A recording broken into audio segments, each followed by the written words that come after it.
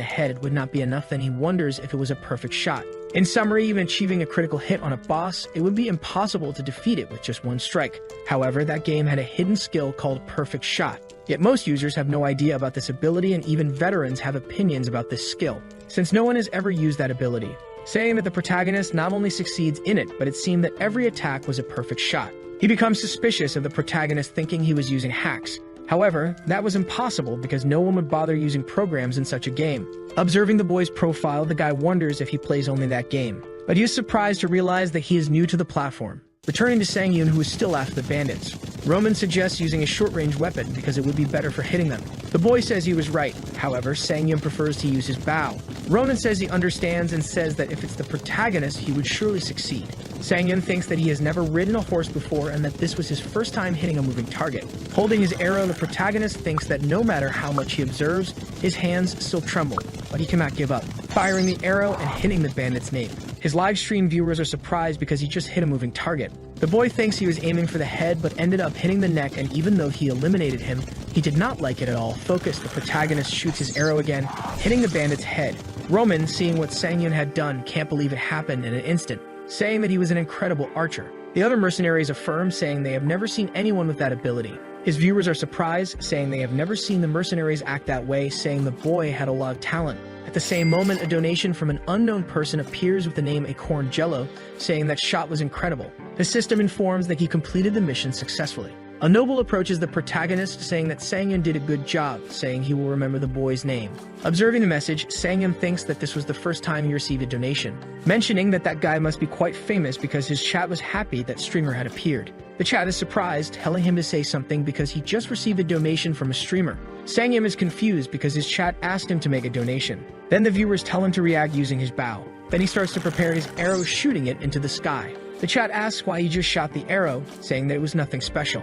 However, at the same moment, the arrow hits his own head. The viewers start to laugh because they did not expect him to eliminate himself. Exiting the capsule, Sang-Yun wonders why that arrow ricocheted, mentioning that the capsule was very hot and that it should be because it was from an older generation. The chat, realizing that the live stream had ended, asks why he finished. Then the boy sends a message saying he left because his capsule was too hot. Then the viewers ask him to come back and continue playing. Sang-Yun thinks that his reactions were better than he thought. He is thoughtful about a comment saying that he had talent, supposing that it should be good for a streamer and that he liked when there was some kind of incident, ending the broadcast. The viewers are surprised because he had just ended the live stream when he received a donation from one of the biggest streamers. Observing the streamer's profile, Sang-Yun thinks that he was really famous. Watching one of his videos, the boy finds him incredible, saying the other videos were also good, wondering why a streamer like that was in his broadcast. At the same moment, he sends a message to the protagonist. Acorn Jelly was not only a master in KING DONAG, but also in a game called All Rounder. He had sent a message to the protagonist saying that he liked him, suggesting they record together someday. Observing the guy's message, Sang-Yun thinks about how he would respond, because he was someone who wanted to be known, so it would be a great help if they did a collaboration. Sang-Yun reflects that it was difficult because he had no one to help him think. At the same moment, his friend calls him. Jukyuk says that he had just watched his broadcast, asking if his name was Almud. Sang-Yun confirms, saying it was him. Jukyuk asks what that reaction was when he received the donation, but the protagonist says that he was an archer, so he should remain calm, saying that since he was little, they called him a genius, so he was just using that. The protagonist asks if he called him just to say that, but Jukyuk had something else to say. Actually, he had just resigned. Sang-Yun asks why he resigned, and his friend explains that he had fought with his boss, saying that he had put up with him for a long time because he was an idiot. Now from that day on, he would be his manager, and that he was looking forward to working with him, mentioning the first time the protagonist used the capsule. At that moment he saw him, he thought that he really liked archery, and that he also wanted to discover what he liked. Sang-Yun says that if he helped him, his career would be ruined, but Jukyuk tells him not to worry, because taking a 1-year break would not be a problem, and if it worked out, it would be very good. The boy mentions that he could start working tomorrow, and Jukyuk asks what happened. He is surprised because the protagonist got a collab with one of the biggest streamers of the game. Sang-Yun asks if it was really okay with that, and Jukyuk says that they should not miss that opportunity. The protagonist says that he was not good at impressing people, but his friend tells him to leave that to him because he had something in mind. Cutting to a building still in daylight. A girl looks at the protagonist's profile, wondering if she could really meet him at that place. Jelly mentions he chose the boy because he thought he had potential but forgot he was still a star. Then the girl mentions that he almost went crazy when he did a collab with another streamer, leaving the blonde embarrassed. Jelly mentions that his physics was one of the best in the country, and that it would be a good investment to help the boy. The girl asks if he had already met him in person.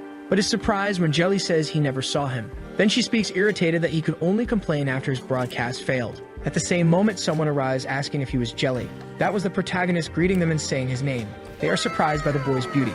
Then Jelly stands up greeting him and saying his name too. Jaemook notices another man behind the protagonist asking who he was. That was the friend and agent of our streamer who introduces himself and hands over a card. Seeing Joo-hyuk's card, they are surprised because he had already worked in big companies. He says that was nothing special, asking who's the girl next to him. The girl says she was just a manager, but that she did not compare to him, and that she was looking forward to working together. Starting the meeting, Jaemook mentions that they could see the broadcast sequence on the table, and for the parts that need adjustments, they should discuss. And after some time of discussion and adjustments, they finish the meeting. But before that, Jaemook wanted to talk about money. However, the protagonist interrupts him, saying that he was new in that area and that he would need his help, so for that reason, he would not need payment. Jaemook says that was not necessary, and the girl says they would have a party later. Sang-yeon was going to say something, but Joo-hyuk interrupts him, saying that compensation for them would do well. Then Jaemook has an idea, suggesting that half of the donations from his broadcast would be the protagonist's. Joo-hyuk is surprised by his proposal. Sometime after the meeting, Joo-hyuk says they got half the value of the broadcast, mentioning that he looked at the minimum value of donations from his channel and states that last month it was 2 million. Joo-hyuk tells the protagonist that he had to deliver something to him, and shows an audio recording of the entire meeting. Sang-yeon asks why he needed that, but the guy says it was just for security. Joo-hyuk mentions the profits, saying that if he earned 300 a month, he only wanted 20% of the additional value. The boy mentions that he was not even earning a minimum wage and questions if it was really okay, but his friend says he had some savings. Sometime later, the protagonist was already at his home starting the live. At the same moment, one of the viewers mentions that he heard rumors of the protagonist having made a deal with Jelly, asking if it was true. Sang-yeon thinks that the rumors were already spreading, realizing that there were more people in the live than usual. Thinking that he should not speak for now, he says he knew nothing, and says that today they would go after the leader of the bandits, taking them down at once. However, his chat warns that the bosses do not die with just one shot. But the protagonist is confused because before he had defeated a boss with just one shot. One of the viewers warns that he was not a boss, but an elite mob, saying that a boss was much bigger. Sang-yeon thinks that was bad, mentioning that he should not have boasted about killing that mob. At the same moment, a mission appears for the protagonist to kill the boss with one shot. The boy accepts the mission, thinking that even being an impossible mission, that was good because a great reward would reduce the barrier for subsequent donors. At the same moment, several donations start to appear, and the boy thanks everyone, saying he would do his best. Then Sang-yeon enters the game, but at the same time, a girl calls him, thanking him for having saved her from the bandits and saying she did not know how to compensate him. Sang-yeon thinks that she must be the heroine of the game, mentioning that if he answered wrong, it could change the course of the story. Then two response options appear for the boy. One of them was to say that was his job, and the other was asking her to pay him. Then the protagonist chooses the first option, saying that was his job. The girl thanks him, and one of the viewers says that he started playing the game just because of her. But some of the viewers say that Rosanita was much better. Sang-yeon thinks that was the name of the second heroine. At the same moment, his captain arrives. Amelia mentions that there was still a chance of bandits in the vicinity, asking Roman to send soldiers, and he says he would do that. Sometime later, the protagonist was already on the mountain watching the bandits. Ronan calls him, whispering that they would approach and attack all at once. Sang-yeon thinks that was more tense than expected, because the sensations he had in the game were almost the same as in real life. At the same moment, the mercenaries begin to attack the bandits. They realize the ambush and wonder where they came from. However, one of the bandits receives a HS as soon as he gets up, and his friend is also eliminated right after. The protagonist continues acting as support, taking down one by one, but they notice the boy and send someone after him. Then the system informs that he completed a condition, unlocking a new consecutive shooting ability. Sang-yeon starts using his new skill to test, shooting at the bandits, hitting each one of them. His viewers are surprised while wondering if that ability was not useless. But the boy is happy, saying that the bow was much better than he thought. The viewers are surprised by what he had said, saying he was incredible. At the same moment, he receives another donation asking if the protagonist had a girlfriend. However, the boy is embarrassed, saying he did not have one. Sang-yeon thinks that was fun, and not just for the money, but everything in that game was incredible. Then Roman arrives, saying that Almond was very good, stating that he was not far from being the greatest in the kingdom. Another person makes a donation to the boy, asking why it had ended and where was the boss. The boy remembers that detail, but at the same moment, one of the mercenaries calls the commander, mentioning that that must be the corpse of the boss. Looking at the boss's corpse on the ground, his viewers cannot believe what they were seeing. Sang-yeon is saddened because the mission did not recognize that it was completed. But at the same moment, he receives a donation from Jelly of the same value as the mission, saying it was a perfect shot. The viewers are surprised because Jelly appeared again, and the protagonist asks what this perfect shot was. Jaemook is sad because he wanted to prove to them that this ability really existed, asking the protagonist to explain it clearly. However, he is surprised when the boy asks what this ability was. Jaemook sends another donation asking if the protagonist did not know about that skill, and the boy confirms, saying he did not know. Jelly mentions that Sang-yeon used that ability all that time but still did not know what it was, being surprised and asking how much genius he had. Donating once more to the boy, he affirms that the perfect shot really exists and that he would prove it, suggesting recording with him the next day. His viewers mention that the rumors were true about them doing a collaboration. Sang-yeon suggests that he should play calmly, thinking whether he should accept the offer. Then his viewers start saying various things that if he refused, he would be doomed.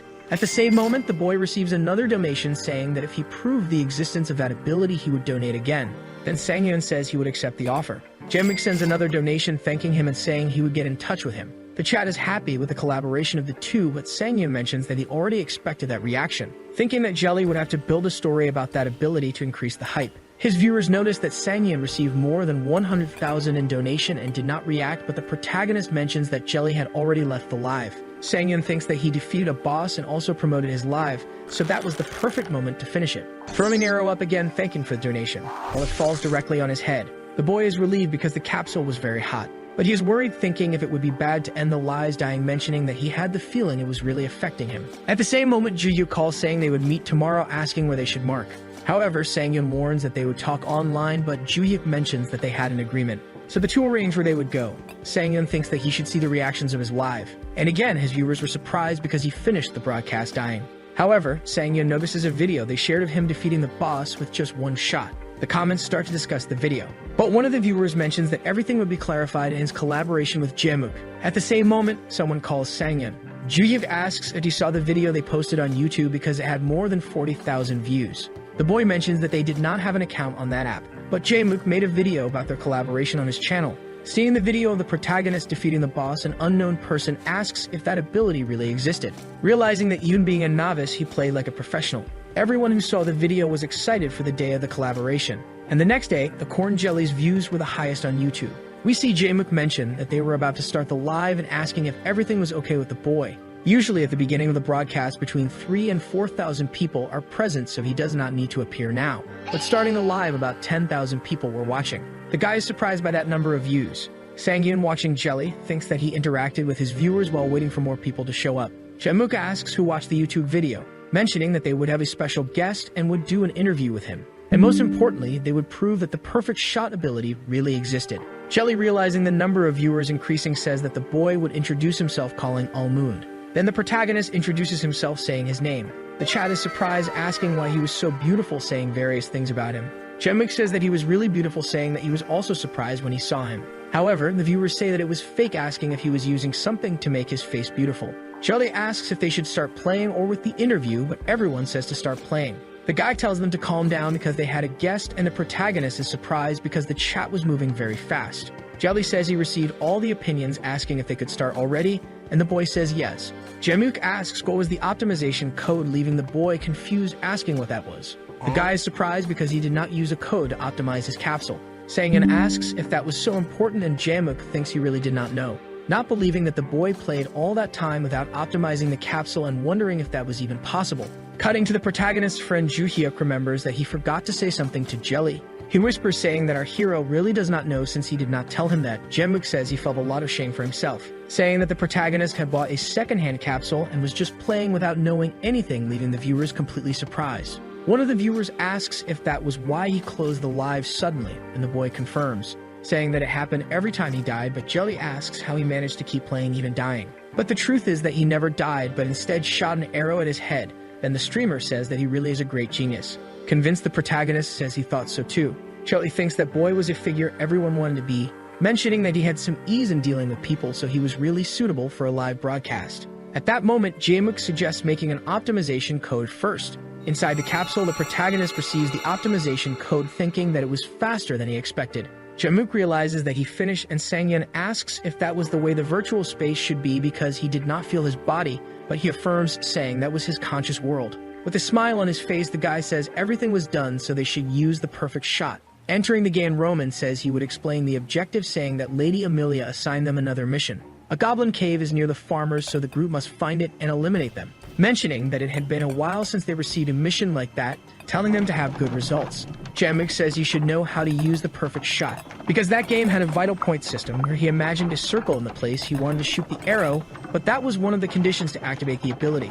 Sang-yeon asks what was the second condition, but Jelly says it was very difficult, because he would have to succeed in the first condition while fulfilling the other. Looking at Jelly, the protagonist says he can see, leaving the guy surprised by that reaction, since it was as if it meant nothing to him. At the same moment, Jelly takes a punch in the head. Roman asks what he was doing since they had just arrived. Jae-mook apologizes, but the captain tells him not to answer if he doesn't want to be split in half. Angrily, he questions where the mercenary is from. But when he looks at the protagonist, his expression changes completely, and he says they would have a good mission. Sometime later, already in the Goblin Cave, Jae-mook asks if they were ready to see the perfect shot, but he takes another punch. Roman says that if he wanted to help, he should just stay quiet, telling Allman to take the lead and show the newcomer. Sang-yeon was watching the goblins, thinking that now it was easier because his character was optimized and that discomfort disappeared. Then he begins to aim at the monsters, preparing a perfect shot. Jae-mook wonders if he would shoot from that position, thinking that no matter how impossible it was, he would be able to handle it. Then he hits the goblin's head squarely. However, the boy continues shooting and defeating one by one. Jelly thinks that was incredible because he was better than before, where he even adjusted his shot to be quieter in the ambush. Besides, his physique was monstrous. It was as if he was the center of attention, a star of his own show. The system informs that he defeated all the irregular goblins. Roman says he did a good job, leaving Jelly surprised, because where all the mercenaries had to work together, he did everything alone. Jae-mook asks if they saw the perfect shot ability, but the chat says that it was just a headshot and that it was different from just dying. The mercenaries start to set fire to the cave to block the goblins. However, they hear a noise coming from the depths. Those scarlet eyes were watching them. And then a giant goblin appears, scaring the mercenaries. The system informs the protagonist to eliminate the champion goblin. The viewers ask if the protagonist can eliminate it with just one headshot. Already Roman tells them to get ready. At the same moment, the goblin tries to attack Jelly, who tells Allman to remember the first condition of the ability, saying that it was the perfect moment to use it. But the chat asks why he stopped. However, the protagonist thinks that it was problematic because that goblin had an iron mask, mentioning that the forehead was out of the equation, thinking that he should go to a different place. However, the head was the vital point and the easiest point to hit. At the same moment, Sang-yeon shoots an arrow upwards, leaving the viewers confused, asking if he was wanting to end the broadcast. However, that was not what the protagonist wanted. Then at the same moment, the arrow hits the goblin's nape. Everyone is surprised, asking if he managed to kill it. Then at the same moment, the goblin falls to the ground. Everything goes crazy because that madness that the boy did really worked. Then he receives a donation congratulating him for completing the mission. The protagonist thanks for the donation and is bombarded with several others also congratulating him. Sometime later, the boy comes out of the capsule. Jae-mook is happy, saying that you really did it. But the girl mentions that the server was congested, so the broadcast fell, but the guy already knew that, saying it was because of the chat and the donations. Chugjuk says he couldn't believe the live ended because of the donations, and if they continue with the interview, they could earn more. Jae-mook tells them to continue. But the protagonist tells them to wait because his head was hurting, but the girl tells them to continue, affirming that he was fine. Then they start the live again. Jelly does his catchphrase while the chat continues euphoric about the used ability. The protagonist mentions that he knew nothing about the perfect shot, but at the same moment, they start receiving several donations and Jelly tells them to wait because he couldn't read them all. Sometime later, Jae-mook continues thanking for the donations. Chugjuk is surprised because more than 40 people donated, but there was much more to come, and at the same moment, a viewer donates 1 million, leaving everyone open-mouthed with that amount. Not even his own chat believed it. Jae-mook says it was the first time he saw that. The donor's message mentions that the protagonist was very beautiful, telling him to continue the hard work. Jelly is embarrassed by the guy's message while the protagonist is feeling himself. However, the same viewer sends another donation telling him not to be jealous. Watching the comments, Jae-mook tells them to continue the interview, mentioning that he made a questionnaire with 4 questions. Jae-mook asks what kind of questions were those. Then Sang-yeon answers one of them, saying that he didn't use any skincare, leaving Jelly furious that he was answering that kind of question. The protagonist thinks that it was exciting, mentioning that that was the good part of being a streamer. Sometime after the broadcast ends, the girl says that the capsule was hot because it didn't have a cooling system. However, Sang-yeon says that the capsule at his house was also like that. Sang-yeon asks if everything was okay, then Jae-mook says it would be cool if they broadcast from home. Thanking for the hard work and saying that it was the first time he got those reactions, Juduk thanks him, handing him a gift. Watching his friend, Sang-yeon thinks that Juduk was incredible in business. Then Jae-mook picks up a tablet to present the results of the live, leaving everyone surprised because the total was 5 million. Sang-yeon asks if he usually earned all that, but he says no and that it was the first time he got so much money. And if they split it in half, it would be almost 3 million. The two thank him, but Jae-mook says it wasn't necessary, mentioning that even earning all that was considered a jackpot, saying that it wasn't the main income. Joo-hyuk asks if he could know how he generated income, and the boy says yes, telling him to think that advertising was the main source of income and the revenue was proportional to the visitors. Besides, he brought third-party ads, where most were public game ads or product sponsorships. Joo-hyuk says that it was similar to celebrities, and the girl says he was right, mentioning that beautiful people receive 90% or more of the donations, and since he was like that, there was no other way to act. Watching the protagonist, the girl says it was just her personal opinion, but he really looked like a celebrity. Sang-yeon thanks but says he wanted to be a streamer. The girl says she understands, mentioning that she was just talking about strategies to have more income. Jae-mook says that while they do streaming, it was important to increase external activities, mentioning a man named Horn who did game broadcasts but also did entertainment lives like appearing in the media as a celebrity. For most people on YouTube, that was their main source of income, saying that he could think that the lives were a form of communication. The girl recommends he start doing that, mentioning that they were in the same niche. But in videos, it was important to have an editor because it had a lot of meaning on the platform. Jae-mook asks Joo-hyuk if he has ever done any editing, but the boy says he has no experience in that area. Then Jelly says he should find someone, and Joo-hyuk thanks him for the advice. Sometime later, Jae-mook thanks for the help, saying they would do it again. Jelly thinks the protagonist is way ahead of him, mentioning he is envious. Cutting to the protagonist, Sang-yeon thanks Joo-hyuk for taking him home. However, his friend calls him, saying he seems to be thinking a lot about YouTube, telling him not to rush things, asserting that the boy is talented and no matter what he does, he will end up being successful. Sang-yeon smiles and Kim Joo-hyuk. The boy walks towards his home, saying it's very cold, remembering that when the stairs were icy, he was worried his grandmother might slip, stating that he earned 2 million that day and his friend didn't take a single cent. Sang-yeon says money is money, but it's a lot of fun, affirming he will continue doing it, saying his hand didn't tremble at any moment. That car accident remains in his memory, not just for him, but for his grandmother too, recalling when she cried in secret. His right arm was more than a bad memory for him. It was a hated presence that caused pain to his grandmother, and yet it was something that accompanied him in everything. But now with that right arm, he can finally use a bow again, saying it's incredible, because now he's surrounded by great people who are helping him. With tears on his face, the boy says it seems like they were sent by his grandmother. Wiping away the tears, Sang-yeon says he will do his best, but maybe it's too late. Remembering his grandmother told him never to say it's too late, and that he should just keep working hard on it. Sang-yeon says it's a pity because she's not there to see it, and that's what he regrets the most. Sometime later, Jae-mook is looking at the comments on his video, saying that was really a perfect shot. Jelly says those reactions were expected, asking if this wasn't the first time a post from that game reached the top 10 of the community, and the girl questions why he was checking them, becoming curious if the video was good, but the boy says it was nothing special. Then the girl says she wasn't talking about the video, but about the editor. Jelly, watching the video, is surprised, saying the protagonist was taking it seriously. It was as if heaven was lending him a hand. We return to the protagonist after taking a shower, thinking he should organize what he would do with yesterday's base. Remembering there were 2 types of models for streamers, he starts talking about all of them, thinking that among them, what he liked the most was being called a celebrity, mentioning that Joo-hyuk had said the same thing as Jelly. Then he thinks he needs to find an editor, and affirms that YouTube brings good revenue but needs good editors, supposing he should look for talents among popular game videos. The protagonist sees a video, thinking that was the trend, being surprised when he realizes it's him in the video. Seeing the name of the channel, the boy remembers that was the person who donated millions last time on the live. Seeing the guy's editing, Sang-yeon thinks it was like a movie, saying even he was surprised by his own gameplay and wondering if it was really him. Observing the comments on the video, Sang-yeon affirms they were all positive, saying he should contact that editor. At the same moment, Joo-hyuk sends a message saying he found an incredible person to edit, asking if he should hire him. Sang-yeon asks how they would hire him since they had little money. However, Joo-hyuk says to leave it to him as it's the manager's job. Then the protagonist says it would be rude not to focus on the game while having such a capable manager. Inside the capsule, the boy thinks he was confident but physically not as good compared to other streamers, affirming the training was essential if he wanted to continue. The system asks what difficulty he wants, and the boy chooses the highest. Sometime later, Sang-yeon says it took 3 hours to finish, saying he was hungry and that it was time to start the broadcast. But before that, he wanted to eat something, remembering it was time for the reactions from the video collaboration to arrive. About to start the broadcast, Sang-yeon thinks he was a bit nervous, cutting to a random guy saying he brought that fantasy game for nothing, asserting he knew that game wouldn't have a big commercial success, saying he needed to improve because the expert reviews were very good, suggesting making an event to attract new users, but then realizes he couldn't do that with a game that wasn't selling. The guy wonders how he can revive that game, but then he sees a video of the protagonist, affirming the quality of that video was incredible and the person playing was very skilled, wondering if there was a streamer like that and realizing the boy's account was created a day ago. saying he not only had talent for playing, but also for broadcasting, and that he was a beautiful person.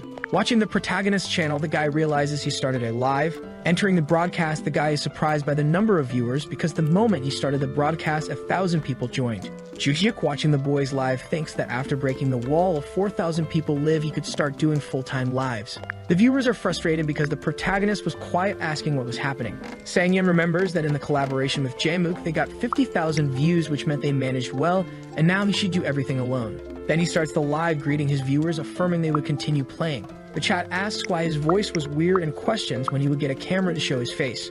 At the same moment, Judyk sends a message showing a link to the boy, who is surprised when he sees they made an advertisement for him. But he loves it, and Juhyuk tells him to turn on the camera.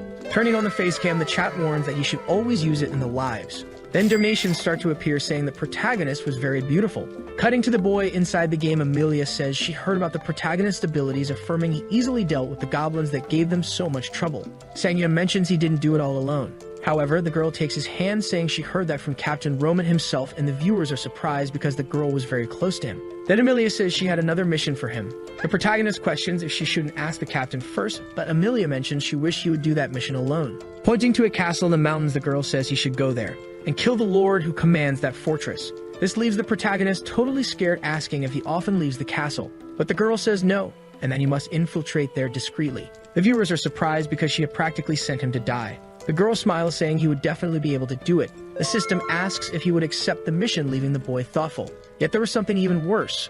The lord of the castle was armed from head to toe. Besides, he was the worst opponent for someone who uses a bow, saying that Almond was really beautiful and skilled, but that wasn't enough for that industry. Then the boy accepts the mission, leaving his viewers surprised for having accepted. Sangyeon thinks he had an idea, mentioning that if the game was really realistic, medieval castles wouldn't be so huge, and there probably wouldn't be more than 50 people. He wonders why she would give the order to kill someone. And although she is just a character in the game, the girl didn't seem like the type of person who would do that. The protagonist asks if the person in the castle did something wrong. The girl mentions that he was enslaving people as well as lending money and charging high interest to put them in debt. And eventually, they were turned into slaves, including women and children, mentioning that if the lord died, his family could take care of them, and questions if that answered his question. The boy replies yes and heads towards the castle. Sometime later, the protagonist was observing the castle, asking if the game detected him talking to himself. But he says realism was important in that game, heading towards the castle. His viewers are surprised by the protagonist's movement, and the boy says he also noticed a change, because it was thanks to his training. Observing the enemies, the protagonist thinks he got there, but didn't know how he would continue. Noticing there were only 2 guards, but if he attacked carelessly, the other would call for reinforcements. The best option is to kill them silently. However, the protagonist wasn't confident unless he used the bow, but a viewer says it wouldn't work because he would be caught, and questions how he would kill 2 at the same time. At the same moment, Sangyeon has an idea. Aiming the arrow upwards, the chat asks what he was doing. Looking up, the protagonist thinks he would first aim at the guy on the left. Then he shoots the arrow, hitting both at the same time, leaving his chat incredulous with what had happened. At the same moment, the boy receives a donation, saying now even the game developers would believe that, returning to the random guy he thinks he didn't expect this. Asserting he worked at numerous companies and saw many players, however, he never saw anyone like him. At the same moment, he receives a call.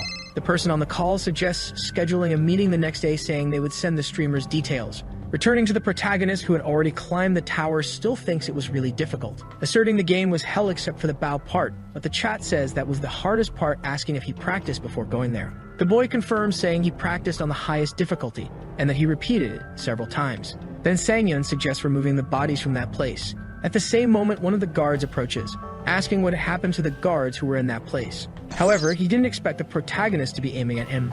Defeating the guard, the chat says that ambush was incredible. Then he hides the bodies in a corner, but one of the viewers says that from there it would be more difficult because there would be more enemies. Sangyeon says he was right, asking what he should do now. Wearing the guard's clothes, the boy thinks it was more uncomfortable than he thought. Entering a house, Sangyeon thinks that must be the closet, supposing there should be more arrows there. But one of the guards notices the boy, asking what he was doing. At the same instant, the guard takes an arrow to the head, leaving the viewer surprised. Then another guard appears, and the chat says he was located. Sangyeon thinks it was nostalgic because it reminded him when he competed with people. At that moment, the protagonist didn't hear anything because he was totally focused on his target. And from there, things got easier because it was simply hit or miss. That was the only outcome he had in that world. Crossing such an extreme fork in the road definitely made him stronger. While running, the chat says he was making too much noise, but the boy doesn't notice because he was very focused. At the same moment, a guard notices the protagonist. Then Sangyeon hits an arrow in the guy's foot, leaving the chat surprised for having missed an arrow. However, that was the boy's plan. Gaining distance from the guards, he aims at them again, hitting the head of all. Sang-yeon thinks everything was done, so he should enter the castle. As he enters the castle, the guards notice him and call for reinforcements. At this moment, Sang-yeon was completely surrounded and the viewers ask what he would do. Then the guards start to go after him.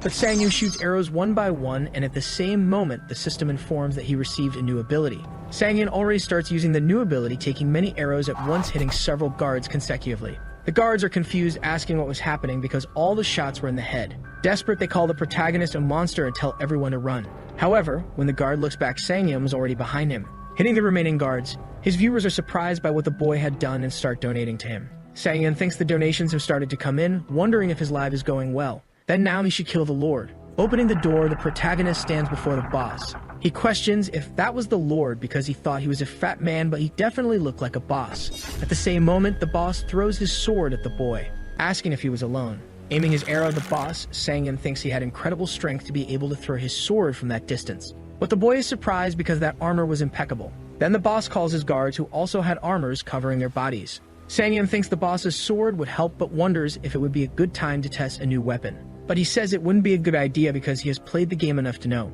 Every game has its way of completing missions. Sang-yeon watches the guards closely, then notices something. At the same instant, one of the guards attacks the boy, but he dodges, hitting an arrow that removes the guy's helmet. Then he starts removing all the helmets while dodging the attacks. When all the guards' heads were exposed, Sang-yeon shoots again, defeating them in moments. Sometime later, the protagonist finishes defeating all the guards where only the boss was left. Then the boss gets up and heads towards the boy, who thinks the 3 headshot conditions have been met and now he just needed to check. Watching his hand, an aura begins to emerge. Then the system informs that the consecutive shot ability has been activated. This ability gives him more arrows. Then the boss asks if he wanted to kill him with just a bow and arrow, but the protagonist says he found a way. Shooting an arrow into the boss's chest, he asks if the boy still hadn't understood, saying it was useless, saying he would grind the protagonist for causing a mess in his castle, but at the same instant receives another arrow in the same place. The boss is confused, asking what he was doing. Then he starts receiving several arrows, asking the protagonist if he thought that would have an effect. Focused,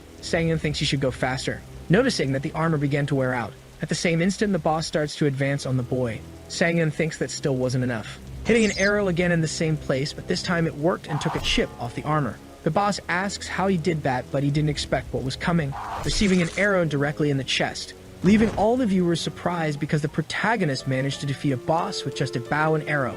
All this high difficulty training and all this schedule, all of it was worth it. Sang-yeon thanks for the donations and asks what was this thing about being an ally that one of his donors said.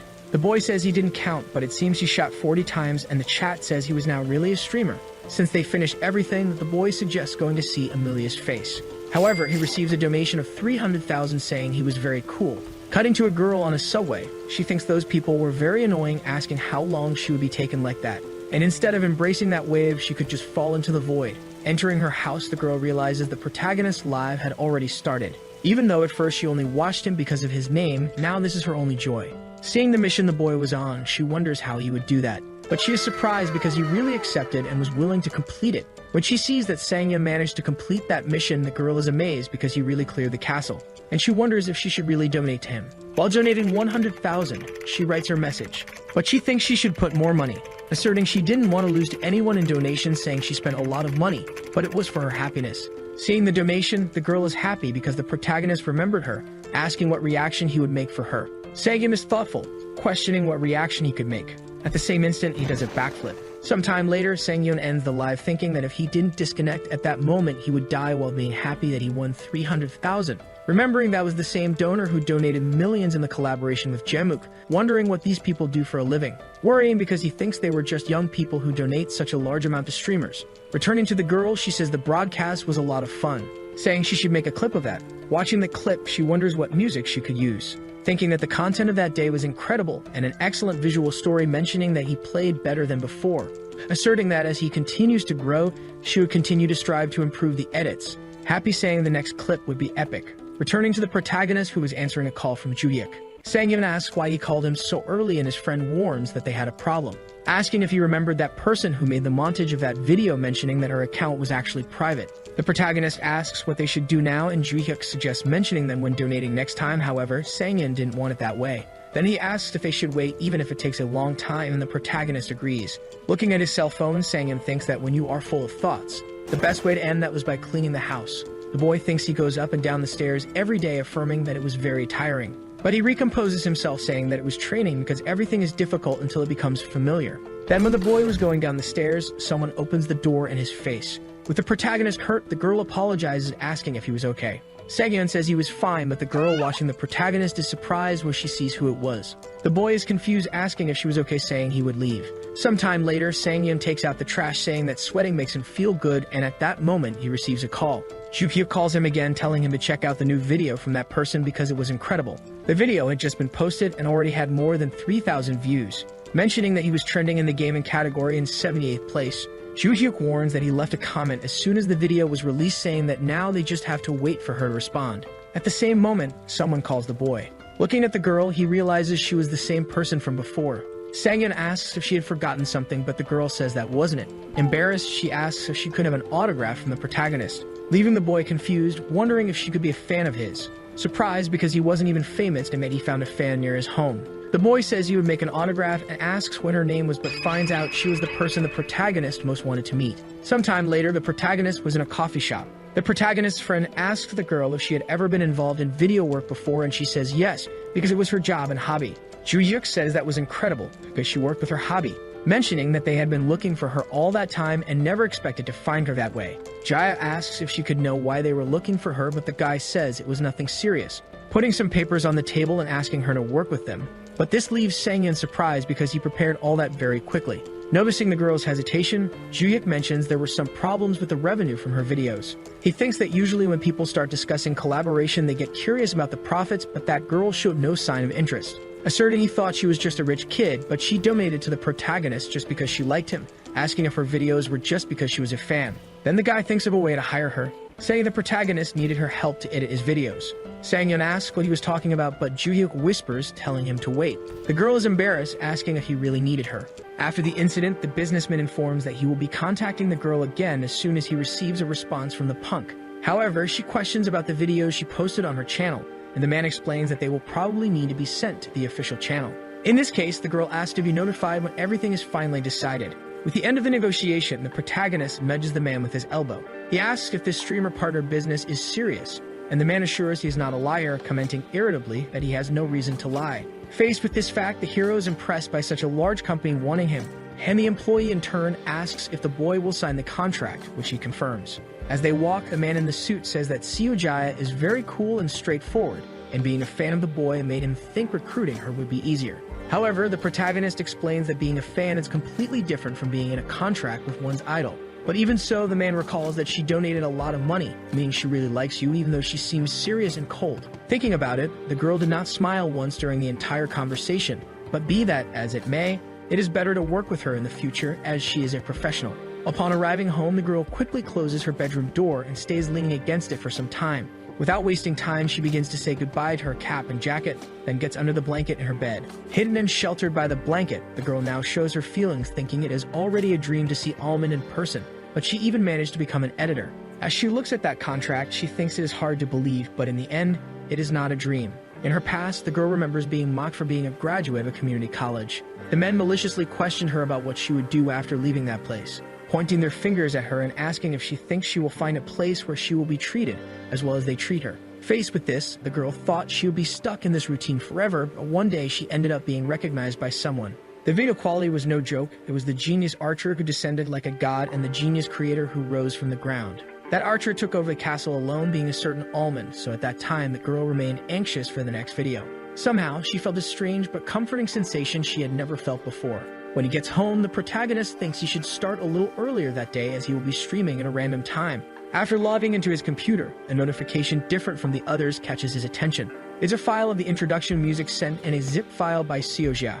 It is informed that just following the instructions sent with the file will install it, and the hero, in turn, thinks they separated just a short time ago. However, in this short period, the girl did everything quickly, so when he asks her in the chat, Seo explains she is already doing little by little as a hobby. In this case, you get really excited to see everything she can do when she puts her maximum effort into work.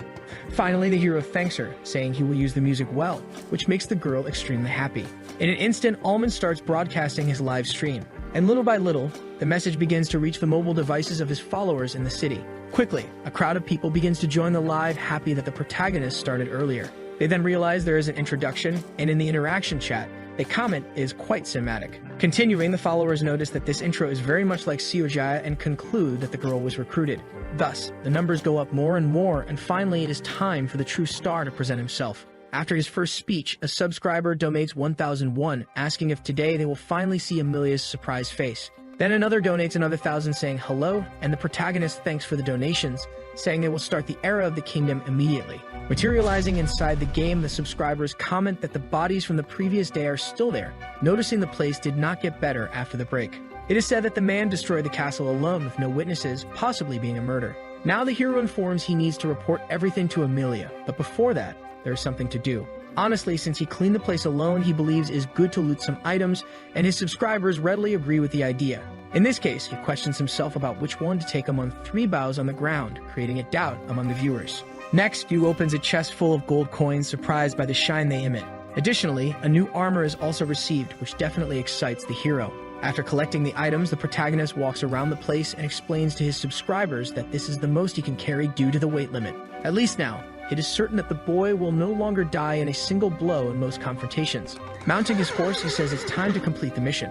After some time, the game returns to a daytime setting, and the hero is relieved that the passage of time is not realistic. Dismounting his horse, suddenly someone calls out to our hero. It is the princess, who is impressed to see Almond right in front of her. It promptly bows towards the princess as a sign of respect, and she asks how he managed to return so early. Then the hero explains to his lady that he came to update her on the mission. In this case, the girl explains to her servant that she needs to speak with the warrior privately for a moment, asking her to leave them alone. Seeing this, she tells the hero to resolve everything quickly, making him understand that he cannot waste time. So the two head towards a door entering a building. As they walk, the princess asks if Almond has changed his mind about what she had said. However, Yu says no, stating that he has just come to report the conclusion of his mission. Faced with this, the girl is in disbelief as it had only been 2 days since she had entrusted this task to the warrior. In this case, the protagonist counts on his fingers that 1 day was for going and returning, half a day to prepare for the attack, and half a day to raid the place. However, the girl still cannot believe what the hero is saying.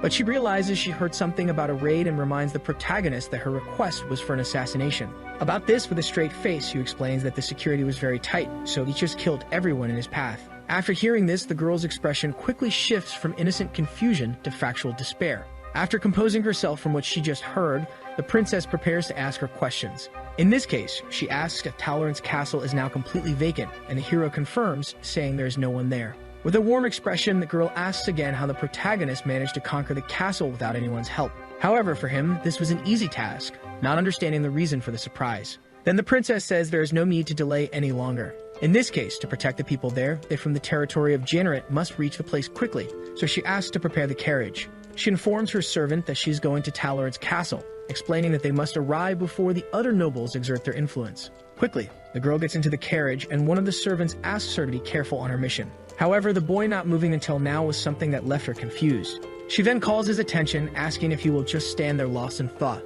Thus, she calls the hero to join her as she has many questions about Almond. Faced with this, the viewers go wild due to the girl's sympathy for our hero, even considering a romantic relationship between the two. With the carriage on its way, the girl asks how the man can be so powerful. In view of this, the boy comments that it is a bigger compliment than he deserves because in his mind he does not believe he is that powerful.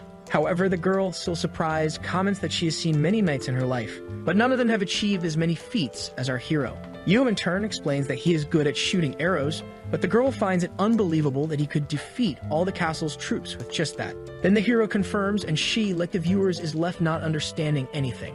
She comments that Almond is fascinating because she has never seen a knight who insists on using a bow, so the boy explained that he is actually a mercenary. In this case, understanding the boy's true job, she asks the warrior a question. She asks if the boy wouldn't be interested in becoming a knight after the task is completed.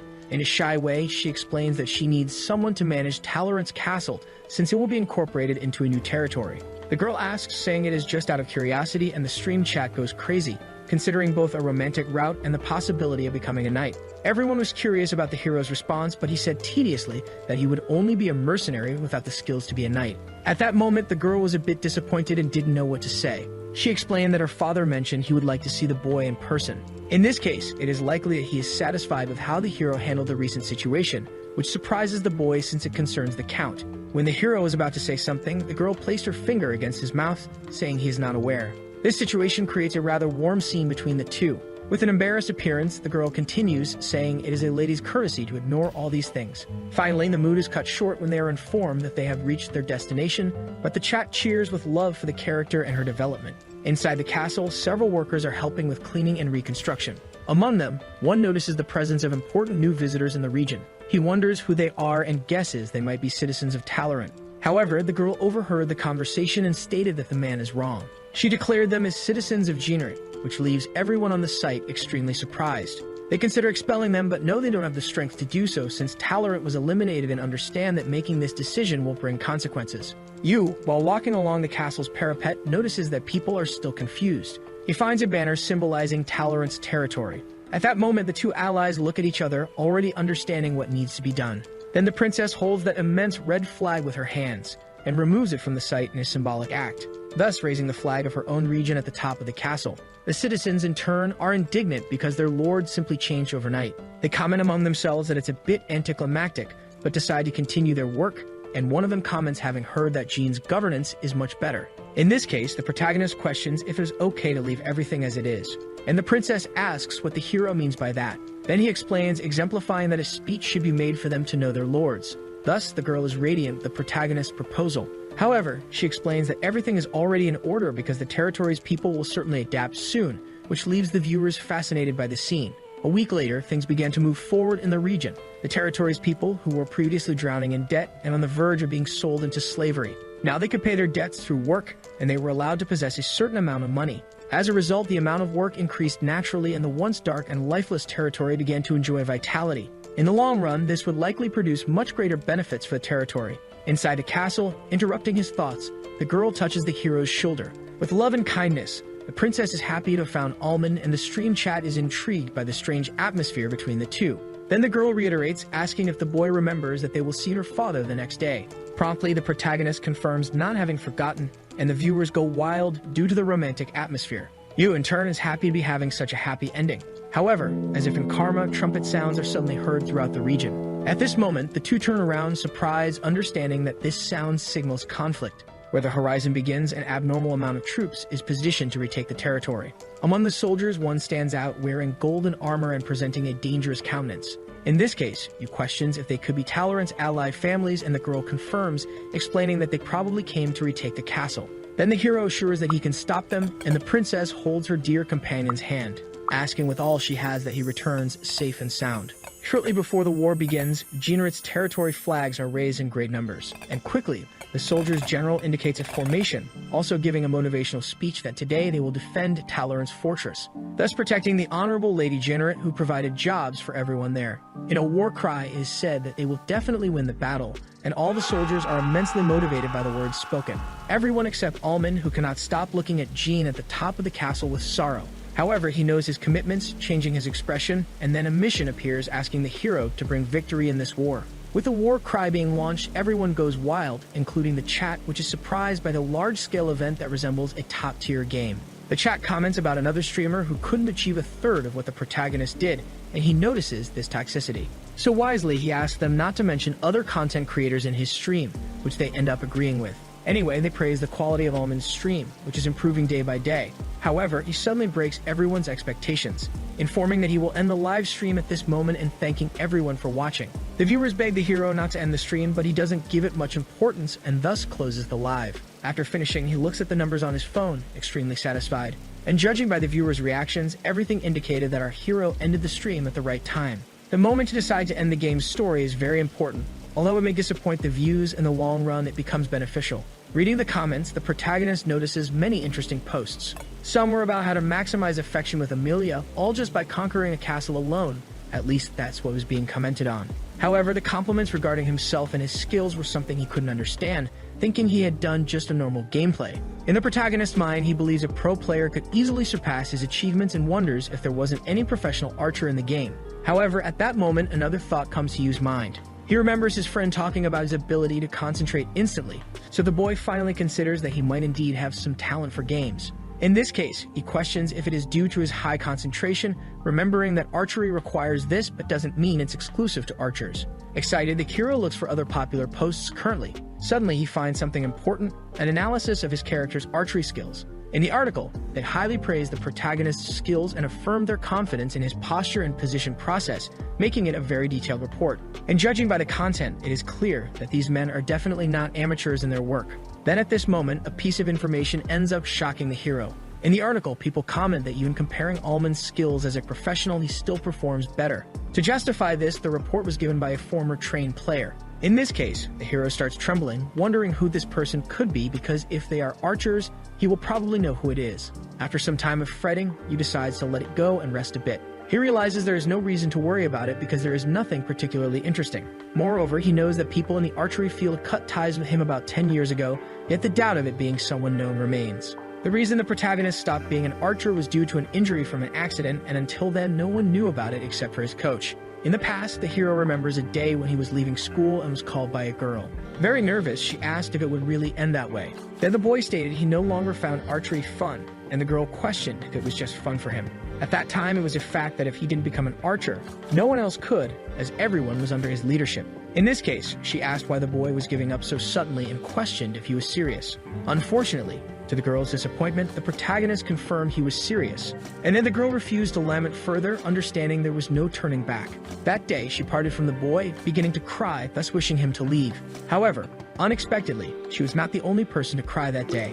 In his home in the morning, notifications keep arriving on the hero's phone, asking about the streamer. While descending some stairs, the protagonist notices a few negative posts. But in a moment of low audience, he still appreciates the posts. Suddenly, Yu ends up accidentally meeting the girl. He greets Seoji, and she responds to Mr. Sangyan. The girl then comments that she notices the hero is working very hard, and he says the same to her, asking if she's going somewhere. It is informed that her destination is nearby, and in this case, Yu asks if he can accompany her, which she accepts, surprised. Additionally, it is said that Seo also had something she wanted to show him. After walking a bit, they finally rest in a park in front of a pond. In an act of chivalry, our hero bought 2 drinks and gave one to the girl. Without further ado, Yu asked what the girl wanted to show him, so she pulled out her phone, explaining that it wasn't anything too important. She showed the protagonist that she had completed some new videos to post on the channel, asking him to take a look. In this case, Yu promptly accepted, praising the production speed and asking if he was the first to watch, which she confirmed. While watching, the girl remained embarrassed in the corner,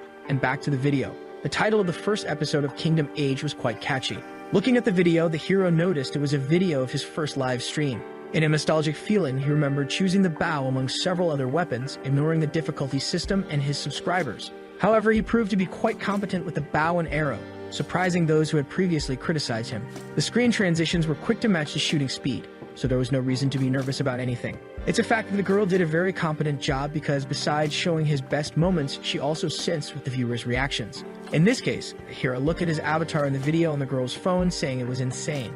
Embarrassed, the girl asked the protagonist's opinion about her work. Then Yu said it was a surprisingly good artistic job. After that, he didn't mince words in praising all the details the girl managed to include, making her even more embarrassed. In the end, all she could say was a simple thank you for Yu's words. Changing the subject, he asked if she could post it on YouTube right then, and she replied that she couldn't yet. She mentioned having heard that the best launch strategy is to post at least 3 videos at once. In this case, she said that if it was okay, she could continue producing in this style, to which the hero agreed, already thanking her. Later at home, Siu lay on her bed, sighing with exhaustion. However, just remembering Yu's compliments, her energy recharged again, understanding that she was doing something worthwhile. At that moment, she felt the comforting sensation of being recognized for her work. But suddenly, her phone rang, interrupting that moment of pleasure. However, Siu knew that no one would message her at this hour of the night, so she thought it might be something from Almond, which made her extremely anxious.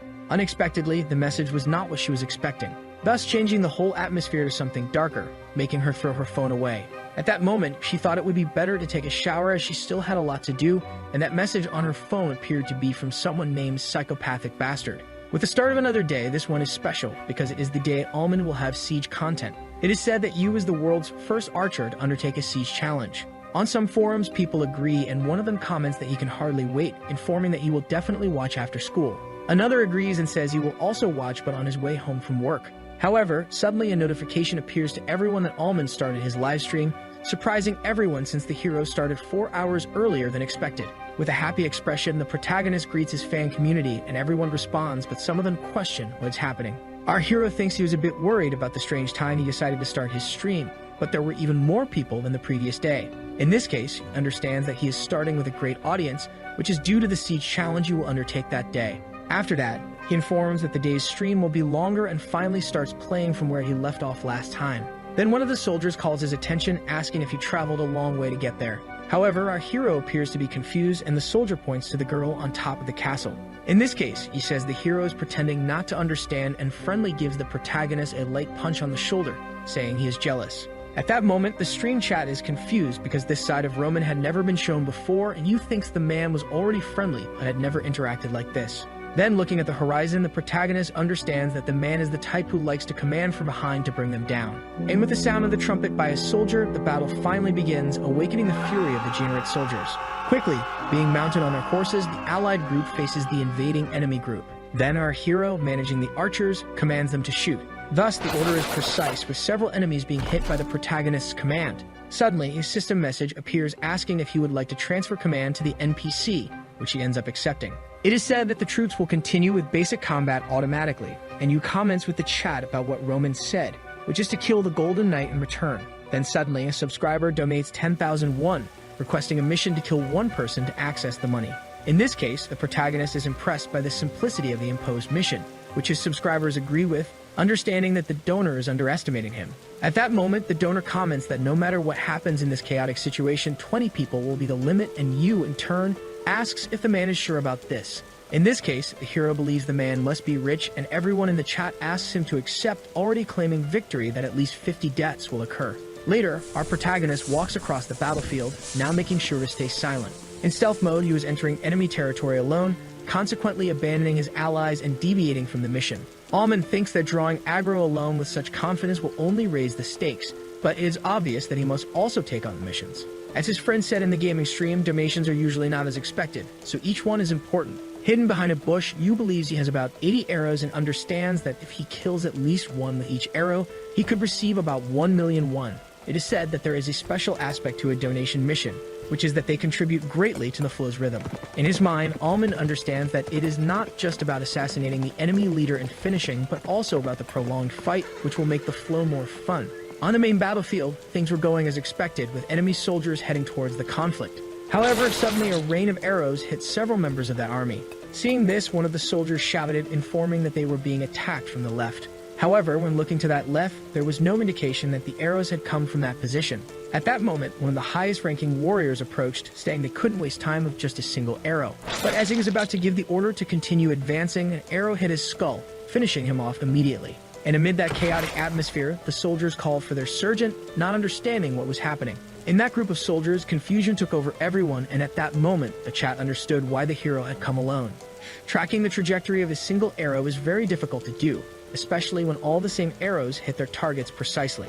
After another shot is hit, the warriors finally understand the protagonist's position in the southwest behind a bush. Then their leader orders 20 soldiers to protect the left flank, impressing the stream chat with the NPC's ability to lead everyone alone. In this case, they question what Alman is doing, asking him to run, but the hero is calmly counting his arrows. After counting, he plants the 20 arrows in one spot on the ground. And finally, the warriors approach the protagonist's location with their swords drawn, ready to attack. Seeing this, Yu comments to his subscribers that there are 20 of them, so he will prepare exactly 20 shots, which fascinates the viewers with his overwhelming confidence. Walking towards the bush, the warriors look around anxiously, searching for the hidden enemy. However, suddenly one of them noticed that two of his colleagues were instantly hit by an arrow, leading to their immediate death. With his colleagues on the ground, he barely has time to think and ends up with the same fate as the others. Not just for those three, this fate repeats with all the warriors who approach the protagonist's position. One of them shouts, trying to warn that the archer is just aiming for the head. But as his message was being passed, he too ends up being hit. Without mercy, Alman launches a rain of arrows that hit their targets with surreal precision, and the system informs there are 3 seconds until the consecutive shot ends. However, those 3 seconds were more than enough for the protagonist to finish off everyone in the region. Finally, the allied troops are already approaching on the horizon, but now without enemies to stop them. With the end of the mission, the hero understands he has earned 230,000 won, and the viewers praise him greatly for doing exactly as he said. At her home behind the computer screen, Siu is extremely excited, unable to stop praising Alman for his remarkable skills. She thinks that everyone, like her, is enamored with the hero, and this is because he always performs at 100% regardless of the situation. That passion demonstrated aligns closely with his sense of self-confidence. Yu is definitely someone who does not doubt himself because he doesn't need to. This is an idea based not just on belief, but rather on his previously fully proven success. Back in the game, the hero hits another soldier with a precise shot to the skull. And for everyone, it is already a fact that the protagonist is the true image of a genius to which people aspire. Our hero points an arrow at his enemies, and now he ends up reaching a record of 40 consecutive kills, with comments stating that this is also a form of assassination as there are no survivors. After taking down a few more enemies, the protagonist realizes he has about 40 arrows left. Then suddenly, the knight in golden armor appears, and the chat can't help but comment that this warrior is very native to appear in a place like this. Seeing the situation, he thinks it's unbelievable because all 20 of his men were taken down by a single archer. In this case, the warrior orders 40 more soldiers to the front, not allowing the archer to kill any more of his men.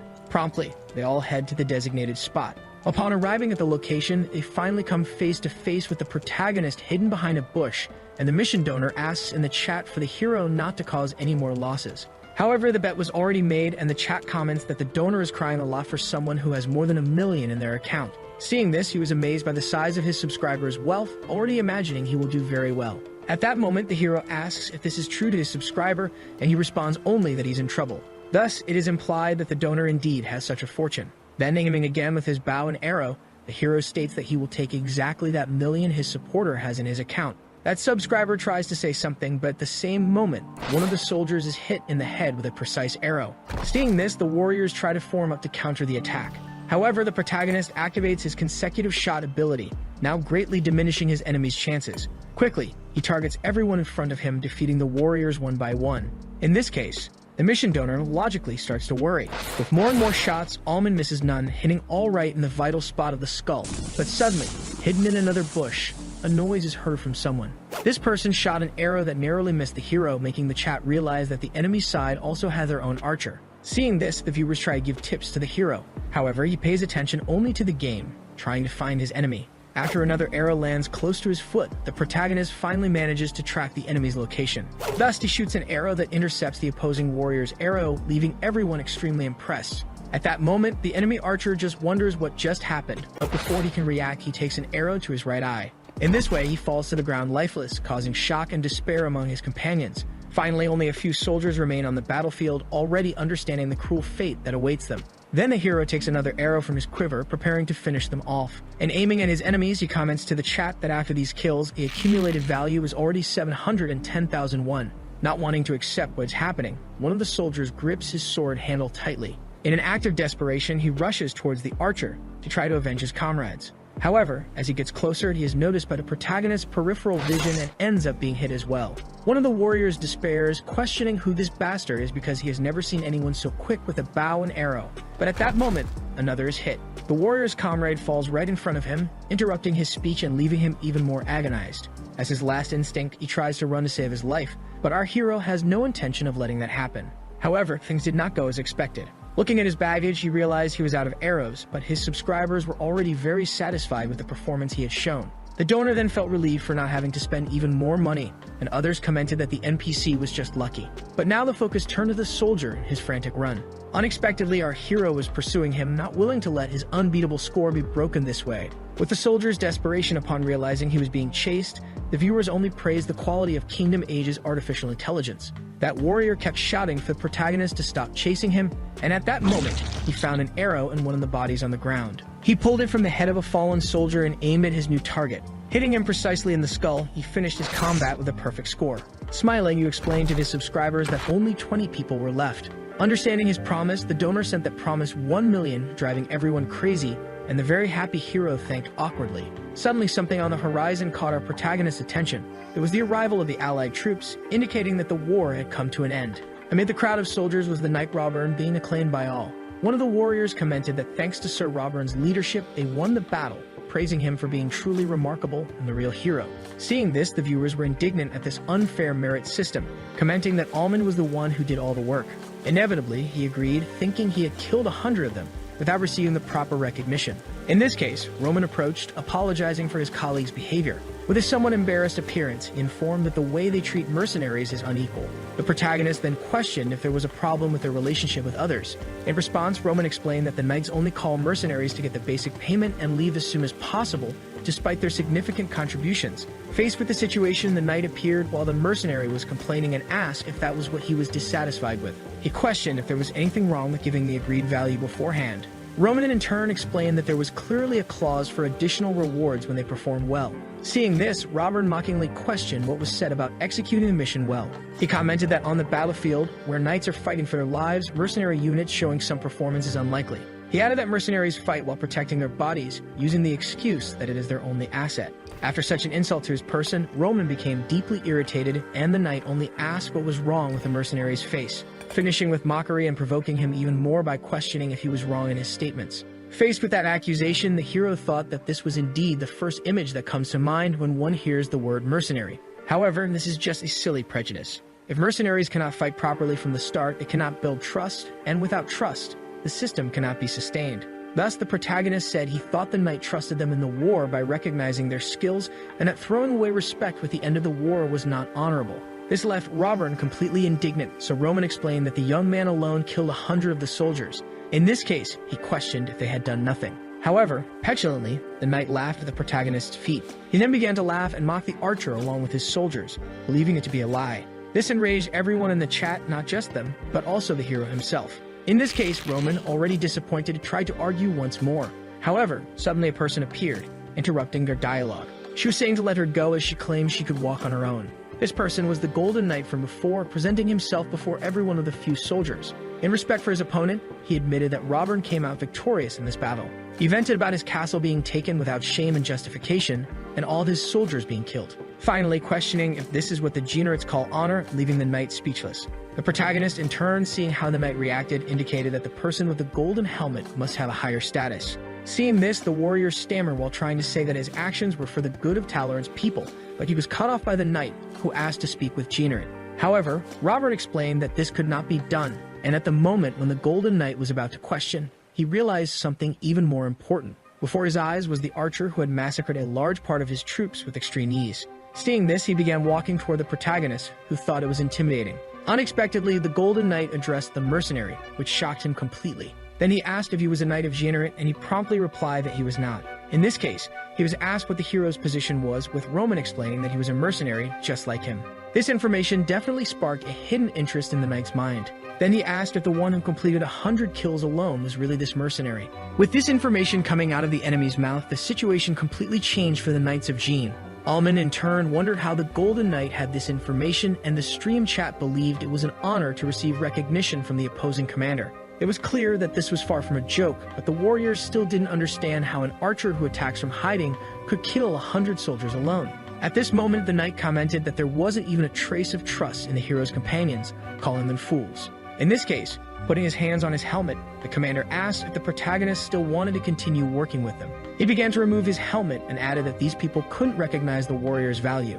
Being the first to notice due to the person's voice, the chat understood it to be a feminine tone. And when the helmet was completely removed, the theory proved real, with the knight's secret identity revealed as a girl with long purple hair. After that, with a friendly expression, the girl asked if the hero would like to work with her, and a choice window appeared in the system, giving the protagonist two options, one to accept for having his value recognized and another to refuse for already having sworn loyalty to another.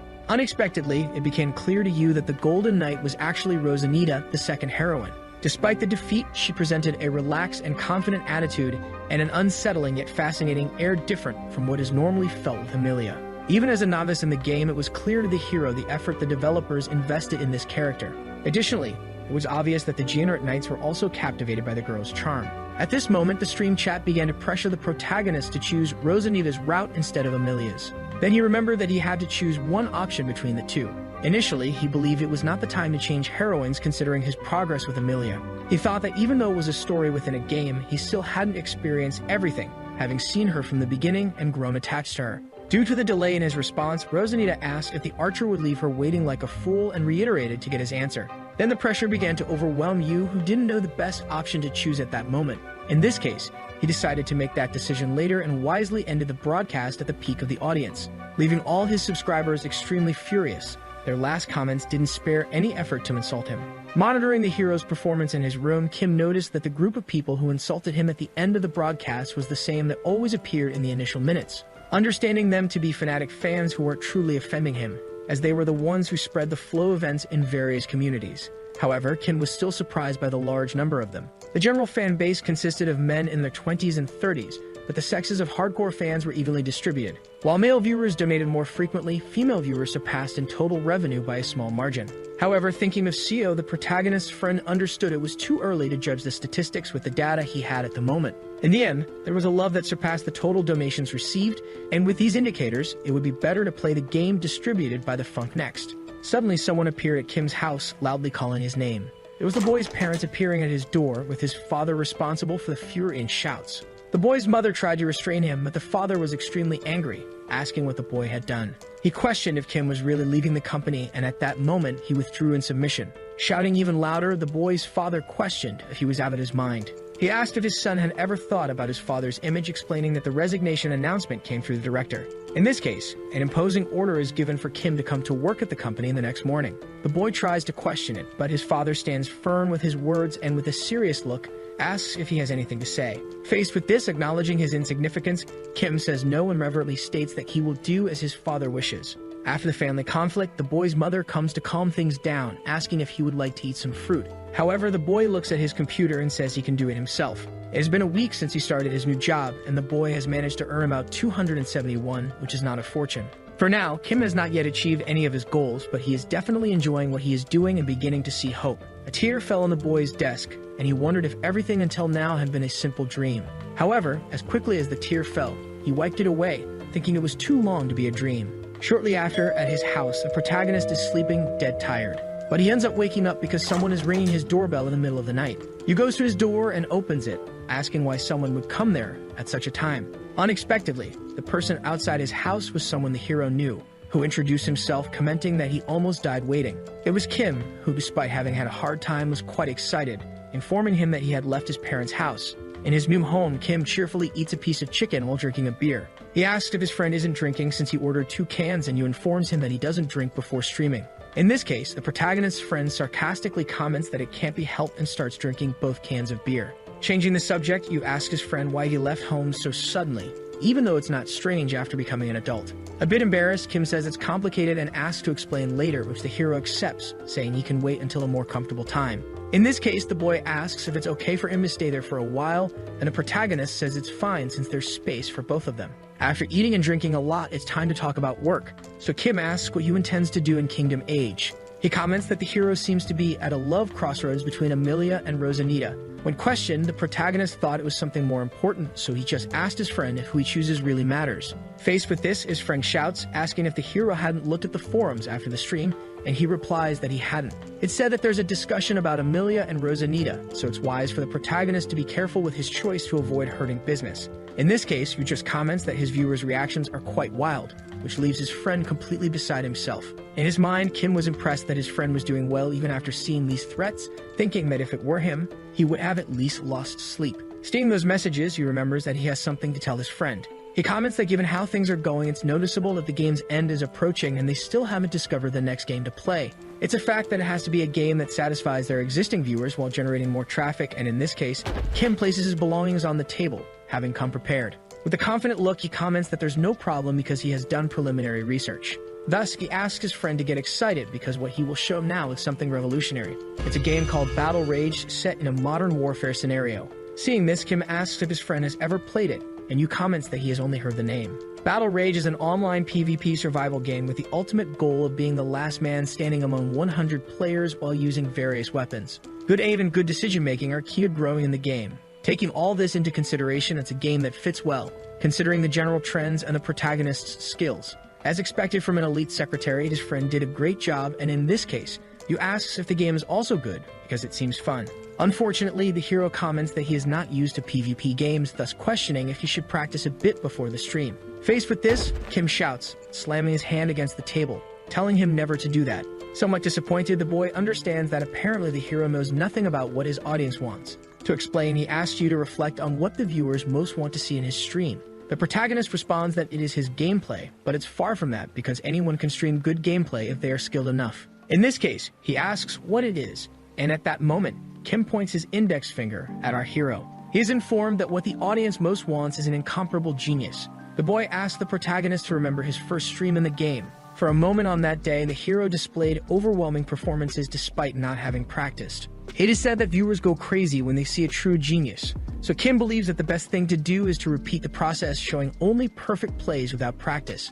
However, the protagonist recalls that Battle Rage is a game focused on guns, explaining that he knows nothing beyond archery. But the boy turns on a screen and asks for Yu's attention for a moment. The screen shows the hero shooting an enemy in the head while riding a horse, questioning if anyone can do it that way. The hero, in turn, believes it to be something normal, and Kim debunks this mistaken belief, explaining that the protagonist is incomparable to others in these game styles. In this case, Yu thinks that this result might have been caused due to his secret scheme. He informs that he programs a ranking system before starting his stream with direction sense and agility training.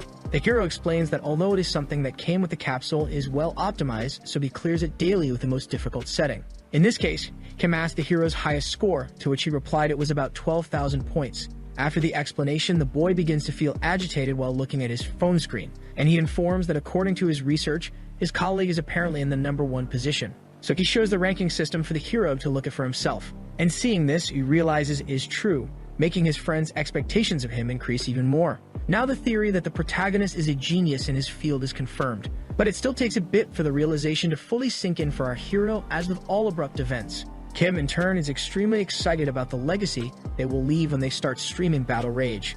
Later, even though it was still daylight outside, our hero was already starting to get back to work. When asked about this, he explained that he was testing the time that attracts the most viewers, which is definitely a good idea. Anyway, Kim wishes the protagonist good luck on his journey. However, he finds his friend's level of affection strange, making Kim nervous about the lack of gratitude. The boy still tries to interact somehow, but the hero only asks him to take his hand off, informing him that he is closing the capsule. Logging back into the game, things return to the exact moment they were paused, with the girl indignant at being ignored. Again, Rosanita asks to be answered, and the choice window appears along with the desperate cheers of his viewers. At this moment, you already understand that the choice he makes completely changes the game's direction. Thus, he tells the girl that he's flattered by the offer, but, as a mercenary, has already sworn loyalty to another person. Faced with this response, Rosanita understands but states that it is a shame. Finally, she leaves, saying that the archer is better than most knights she has met. The commander gives the order to stop their enemies, but at this moment, no one else wants to fight. Despite everything, that choice was quite rational, because the protagonist knew that choosing Rosanita would prolong the story much more. Combining the useful with the pleasant, maintaining his loyalty to Emilia was the best decision to make. Suddenly, Emilia herself appears on the battlefield, surprising one of the soldiers at the rear. And obviously, our hero too, who among all is the most shocked. Emilia, in turn, is extremely happy to see Almond in front of her after the decision he made. In this case, she begins to walk toward her companion, passing by numerous soldiers who are ignored even after trying to call for her attention. With the girl close to him, Yu tries to ask how she is, but she doesn't waste time, and does what she has wanted to do for a long time, ending all that confusion with a strong hug between the two. After the hug, the stream chat goes wild, and then the hero places his hands on the girl's shoulders, suggesting they return as they had emerged victorious. In this case, the girl shows a shy face and genuinely praises the boy for his deeds in the battle. And so, in a romantic scene, the two finally kiss. However, this was not shown to the viewers, who were extremely disappointed that the hero skipped the scene. After that, everyone heads back to the kingdom's territory on their horses and carriages. Unexpectedly, one of the knights approaches the hero, commenting on him being the archer who killed 100 targets and praising his incredible feats. Faced with this, the protagonist is not sure how to react, and Roman admires the soldiers' hypocrisy, as they refuse to believe it just moments ago. However, at least the enemy recognized their achievement, or rather the hero's achievement. But Yu knows it wasn't all just because of him, and that it only happened because the captain and the others were fighting at the forefront. Seeing this, the mercenary thanks the hero's words, saying that it will comfort his group, but Yu is confused because he considers himself one of them too. In this case, Roman comments that the protagonist is no longer a mercenary because now he has the freedom to do whatever he wants. Regardless of everything, the mercenary thanks him because, due to what the boy did, each of them earned enough to relax for 4 months. And at that moment, the chat admires the man for being a true friend to Almond. As the journey comes to an end, the group arrives at Janeret's castle, with Yu being the first to cross the gates. Seeing this, the boy is impressed by the interior of a great noble's castle. With Jean taking the lead, she orders the guard soldiers to open the door because her guest is a precious person who will dine with her. Promptly, the soldier allows the two to enter, and the hero ends up meeting a certain person who admires his presence. Extending his hands, Lord Janeret asks the protagonist to sit, saying he has heard a lot about him. Being Emilia's father, he cheerfully comments that the boy did a splendid job, and that he must simply give him the proper thanks. Thus, the noble asks one of his maids to hurry and bring the food, and Yu is happy that the Lord does not judge others based on their status. After that, the system informs that the hero has successfully joined Amelia's family for a meal. When his plate is delivered by the maid, Yu notices that there is only water in his bowl. Faced with this, some buttons appear in front of the plate, so the hero clicks on a few of them to try to figure out what it is. However, he realizes he has pressed the same button several times without thinking. Sukyu panics, not knowing how this rhythm game starts. The stream chat, in turn, understands that the developers configured it so that mercenaries would know table manners.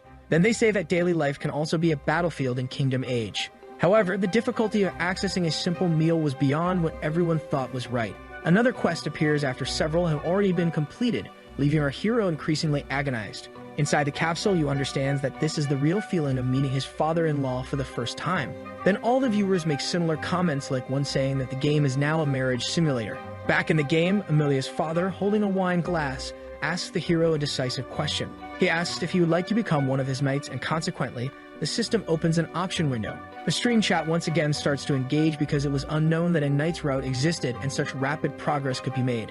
While the chat comments, the protagonist thinks that in a game where the main content consists of wandering as a mercenary, changing the route will transform the game. In this case, it is likely that this is the end of the game, different from what you thought when you chose Amelia instead of Rosanita. Among many comments, the hero's mind is filled with thoughts, but to organize things, he focuses on choosing one of the two options. With his decision made, the protagonist decides to end the live stream, leaving all the subscribers furious again with the sudden end. Back at his house, the capsule opens and the hero realizes he doesn't sweat as much even when he fights, and that although shorter, the broadcast ended well. Kim in turn approaches happily, praising his friend for the great broadcast, which leaves you confused because there were no action scenes today. In this case, the boy states that Almond will know just by looking at the feed, indicating that the day's flow events are at the top of the forums. Proudly, Kim claims to be someone who always lets the data speak, and Yu receives this with boredom. Anyway, the boy informs him that he received a call from the representative of Punk, giving the green light for the editor's salary, which brings great relief to Yu. In the end, Kim says it's natural for them to consider offering this first, but still, the protagonist explains that it's different when you get an official offer. In that case, the boy informs him that they will have the meeting, and then the hero understands that it's best to sleep early to wake up well the next day. The next day on the city streets, people walk calmly towards their respective jobs and tasks. On the hero's smartphone, some news about games and jobs starts to appear. Among them, one states that the novice streamer Almond now has a partnership with the representatives of the multinational game company Punk. Even in the middle of the city streets, people are engaged, commenting among themselves about the unexpected contract with Punk despite the streamer playing Kingdom Age. It is a fact that Punk is now the largest game distributor, dominating the market without any specific strategy. They always maintain a strong position. However, lately, Higame's performances have grown exponentially in the market. In response, Punk is now focused on promotions, exclusive titles, programs, and strategies, one of these programs being the so-called partner streamer. Through this program, they push the most popular streamers to play games promoted by Punk, giving them the due support in return. However, for most of the popular streamers, it was still strange to have a partnership with a streamer who could only gather 1,000 people live. Despite many praising, others believe it to be a bad decision as the boy is at the same level as minor influencers like Bubbledome. However, some comments defended the hero, saying that those 1,000 views were in a small game and could turn into something much bigger in a high-end game. Currently, a widely shared advice was for Almond to stop playing Kingdom Age and start playing bigger games. However, there was still a fan base for the game. Even without any stream at the moment, his subscribers gathered in the hero's chat to talk among themselves and wait for the next live. In another space, he was introduced to the executives of his now partner company. Quickly, he goes to a room where the contract is presented, ready to be signed. Back in the community chat, the boy's subscribers comment that it would be good if he started his stream soon as they are already ready. At this moment, Almond really starts his stream just as his viewers wished. For a few moments, the hero does not appear on the live, leaving his subscribers confused. But this is quickly resolved with Yu welcoming everyone. With his live open, the protagonist informs that he would like to announce that he has finally created his account on AllTube, now having the company Punk as a partner. Moreover, he thanks everyone for the love and support given until now. And he says that from today, his gameplay clips will be posted on this channel. The previous montages will also be remastered and uploaded. In this case, he asks his subscribers to go there and check whenever they can. Finally, he explains that he will continue to work hard to bring more and more exciting content. Quickly, the news spreads across all media, leaving the popular ones in ecstasy and the haters irritated. After the announcement, a toast takes place in a restaurant near the company. The employee there explains that the hero did very well, but he himself doesn't understand what he did to deserve such praise. Changing the subject, the man comments that it would have been good if Jaya had come with them to the company dinner, but you still doesn't understand, saying he is having a casual meal. In the man's view, this conception was wrong, but he goes back to talking about the girl, questioning how she managed to edit 3 entire videos in just 2 days. Seeing this while drinking his beer, the hero explains that the girl already did this as a hobby even before becoming the official editor. In that case, Kim asks why she wasn't excited when they offered her the editor position, and it is explained that the change would mean less contact with the hero. After that, Yu begins to address another subject, something the employee should tell him. He doesn't quite understand, but as he starts his explanation, Yu's head is abruptly lowered by the man in the suit. In this situation, the two stay low and the protagonist unexpectedly remains calm. Disappointed, he states that the man could just say he didn't feel like talking. However, the man only asks Almond to be quiet. It is then informed that the ex-team of the company has just arrived at the restaurant, looking for a place to sit. In this case, our hero understands that this restaurant is very close to the competitor Ah-sung's company. Then the man in the suit whispers that they should leave quietly while everything remains calm, which Yu agrees to. However, one of the employees from the other company notices their presence already drawing their attention. A strong memory of this man appears in Kim's mind, recalling a day when he belittled him for being at the company due to his connections. With all this context, that man proudly approaches the protagonist's table. Upon closer inspection, he is impressed that Yu Sang-hyun is also there. At this moment, with an eager smile, Kim asks if the man has been well. And the man just asks his acquaintance where he has been. Laughing mockingly, the man asks if the boy has a new job in the area. Finally, it was obvious what he was doing because knowing the manager Park's personality, he was focused on the two of them. His real goal was to hear from the boys' mouths that they were unable to find work, so Kim already knows what he will think when he says he is Yu's manager. Moreover, the manager also decides to speak with the protagonist, stating that if he sees his boss, he should greet him. However, the hero brusquely responds that he doesn't want to greet anyone, leaving the two completely unsettled. Seeing this, the man questions what was just said, and Yu stands firm in his words. In this case, that manager complains that the boy has good hands but uses his head wrong. Thus, Yu states that they are not on greeting terms, making the manager uncomfortable with the boy's harsh behavior. Faced with this, he claims that the reason the hero is still out of the mainstream media is due to actions like this that don't relate to societal functioning. Thus, he says that current terms don't matter and that the boy should be taught to greet his elders regardless. After this moral lesson, silence takes over the place for a few moments, with the manager not receiving a response from the boy. And very different from a positive response, the protagonist starts to laugh while recalling the moral lesson given. Fearlessly, he rebuts, exposing the hypocrisy of someone who approaches other people's tables to bother them with personal questions and still demands politeness. In this case, the boy explains that it's not very polite to say one thing and do another, and so he asks Manager Park for his opinion on what he just said. Without more arguments, the man considers resorting to violence to defend his honor. However, our hero still remains confident and firm, exuding an aura much greater than any intimidation posed by the man. Again, the protagonist asks if the manager will respond to his question, which initially makes him back off. But in the manager's mind, causing a commotion was the only way to come out on top, and at this moment, Kim entered complete despair, not knowing how to proceed. Unfortunately, an important personality arrives at the restaurant just before the conflict unfolds. In a friendly manner, he greets our hero, happy to see him once again. The presence of director Oh the place brought a moment of relief to Kim's troubled mind. Moreover, as a consequence, the fight stops to give attention to the new guest. Director Oh in turn walks towards Yu, excitedly saying that the video sent already has an incredible view count. He explains that Punk's directors were very excited to see it, and in this case, he boasts about his good eye for details. In the background of that conversation, the manager is in disbelief, and the director continues to inform that one of them requested a meeting to have dinner with Yu. In this case, the man who had previously tried to create a commotion is now impressed by the importance that little boy had. At this moment, some people approached, happy to see Almond and beginning to praise him. Among these people, a girl asks for an autograph, and the director, in turn, asks the hero to do it to have a keepsake, so he agrees. However, for the director, an autograph wouldn't be something so exclusive, since he loudly says that the protagonist signed a partnership contract with them. Contrary to all his instincts and preconceptions, it is now clear to the man that Yu has a partnership contract with Punk.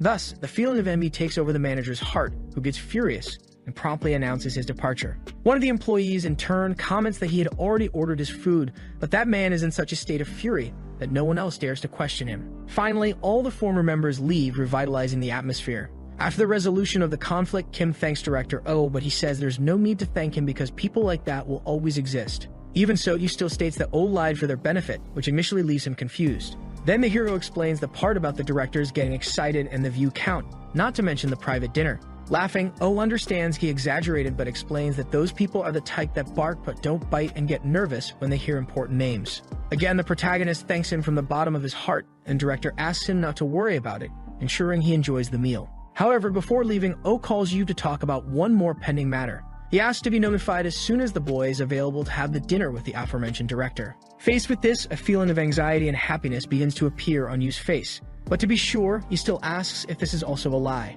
But with a good laugh, O denies it, stating that he meant exactly what he said. In conclusion, O explains that he only lied about the office directors, with everything else being true. Until that moment, Yu hadn't seen the view count on his videos, but his success was already a fact. Later, in a meeting, an executive informed the hero that content that performs well on a streaming platform doesn't necessarily succeed on a recorded platform. It is likely that the hero will need to upload at least 20 videos to get some trend of profit. Indeed, he knew this was true because all planning is done to invest in the future. However, initially, you didn't expect much success. Nonetheless, during these few days, the view count on his videos reached an incredible peak, with one of them hitting 100,000 views. Something very difficult to happen because Yu remembers that even Bubblegum failed on Altu despite being the #1 streamer on the Treeview platform. Faced with this, a memory of a given advice comes to his mind, saying that success on the platform is largely influenced by the editors. Thus, it becomes evident that Jaya had an immense contribution to the level of viewer reception. The impact of the girl's montages influenced the success of the hero's professional channel, making him understand that he is a very lucky man. Sitting on the living room couch, Kim announces that he read a message from assistant Lee saying that apparently manager Park's mood is worse than ever. He explains that the manager believes the hero is supported by some kind of mega corporation. After that, the hero doesn't understand how the man came to that conclusion, so Kim laughs and explains that it's probably due to the director's support. Changing the subject, Kim asks if the cleaning is done because he wants to go to the bathroom, and Yu is impressed by his nerve. Later, the protagonist went out to do his routine training, and in his mind, he thought that it was doing him good. The previous day, he ate fried chicken and drank a beer, so even though he's retired from sports, Yu still believes there is no excuse to relax. During his run, the hero's earphones suddenly have their music cut off, being replaced by a call sound.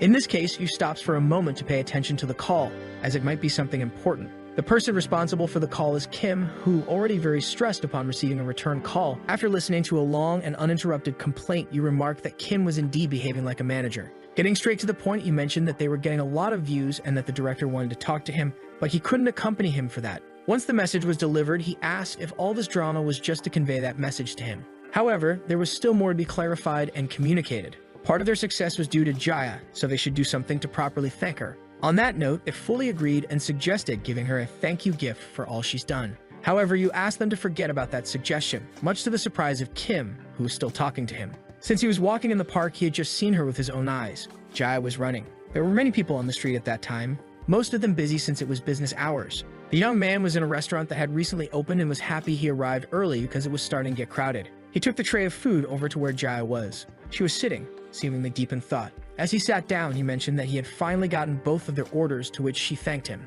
He wanted to reward her with something more expensive, but the girl suggested food as it was perfectly fine for her. If there were any updates, he wanted her to tell him, but he was a little worried about having been inconvenient. The truth is, the girl was quite content with that unexpected snack. While she tried to eat, the young man couldn't stop watching her, intrigued by her simple contentment. She mentioned it would be hard to eat with him staring. They were still in the restaurant enjoying their meal. The fries were delicious, he thought, but he knew he wasn't the type to start conversations easily. But Jaya, in this regard, was exceptional. She was simply too quiet. Trying to talk to her, all he got were simple responses that shut down any attempt at dialogue. She merely agreed with whatever he said. As a result, the conversation went nowhere. However, while engaging dialogue is interesting, they did need to continue with idle chatter. To him, Jaya must have had a tough time while working, which would explain her lack of interest in conversing. Yet to his surprise, she admitted that she wasn't very good at maintaining conversations. Maybe he didn't know this since she talks a lot when she's drunk, but he said that when they talked about videos, she was much more talkative than that. But that was work, and she could talk about that quite well. Outside of that, she had no idea what to talk about with someone she was with. It seemed like after saying this, she swallowed her embarrassment because she appeared to want to know how to keep a conversation going. With that, she asked the young man if he thought she was a strange person because of this. Things had progressed too quickly now, and he remained silent for a brief moment in response to her reaction. Jaya began to open up about this difficulty, saying she had heard all her life from people that she was a strange girl. But before she could continue, you said that it's really hard to deal with some things at work. He mentioned that there are positive aspects of being in a company, but there are also difficult moments while working. and that holding back some feelings makes people overflow with stress. He asked a rhetorical question about overflowing with those feelings. Since he and his friend left their jobs, he knew very well what it felt like to feel this way, but he wanted to know from her what was going on that made her feel like that. Jaya, hearing this, was surprised by her colleague's understanding. After all, he expects her to talk about it when she feels comfortable doing so. Jaya has some memories of who is in front of her and the image she had of him. In fact, he is an adult and carries himself with the maturity of one. He was online and in front of his camera. The netizens are talking to him. He told them that if they didn't know, he is now a streamer and works with Punk. That statement triggered a variety of comments from everyone. He seemed quite pleased with all the commotion over a simple announcement. In that particular session, he would play Kingdom Age, which slightly surprised the netizens. Those watching him had the impression that in that session, he might finish the game. Moreover, there was already a new game lined up to be played by him. There is now a large palace covered with snow everywhere. A very well-dressed woman is waiting to welcome someone who had just arrived. The player stands before her, bowing and extending the sword he carried with him. With one of her hands, she grasps the hilt of the sword, and with it, she knights Almond as her knight, a result that seemed to be desired by him as he looked to her with joy. She did the same as she looked at him with great happiness after completing the ceremony. During the scene, netizens ask if that was really the end of everything. Almond is inside the palace, protected from the cold and without his coat. Outside, the flowers had bloomed, which was truly impressive as a time skip had occurred. Looking at his hands, he realizes that his clothes have changed, and they are much finer now. There is only one conclusion to this. He is truly a full knight now. But there was still another thing that left him astonished. A radiant golden light appears. It's as if a scroll were catching fire. The glow of that object illuminated Almond's face. In front of him appeared one last challenge for him to finally become a true knight. That could only mean one thing, which was obvious from the scroll. He had not yet become a knight. A young boy suddenly opens the door to the room, calling for Almond, which startles him. He was anxious because he wasn't even dressed yet, and he would be late for the competition this way. Another unexpected piece of news. Almond didn't know about any competition and wanted to learn more about it. The boy asked if he was crazy on fentanyl, but Almond said no, not that day. That is the day when the legitimacy of his knightly title will be determined, and the boy rushes to dress him in the armor. The young boy says if Lady Amelia knew about this, but before he could finish, someone had arrived. It was her, who heard part of the conversation and now wanted to know what she should know. It doesn't take long for her to stand on the tip of one foot. She approached Almond and gave him a kiss, a big one. It was so sudden and unexpected that Almond was a bit startled, and the netizens say he has already received his reward. She says that if he doesn't win, his future will be in trouble, but Almond says he is well aware of that. Amelia says she has full faith in Almond's success, to which he thanks her for her kind words. Hand in hand they go. Almond is ready to show everyone that he is fit to be a knight. The couple passes together through the bedroom doors, heading to the trial site. In what appears to be a large stadium, there are many people present waiting to see Almond's ordeal. He didn't expect a reindeer like that to be so close to the castle. He's curious to know if it's a gladiator fight. Alberto greets him and says he decided to show up after all,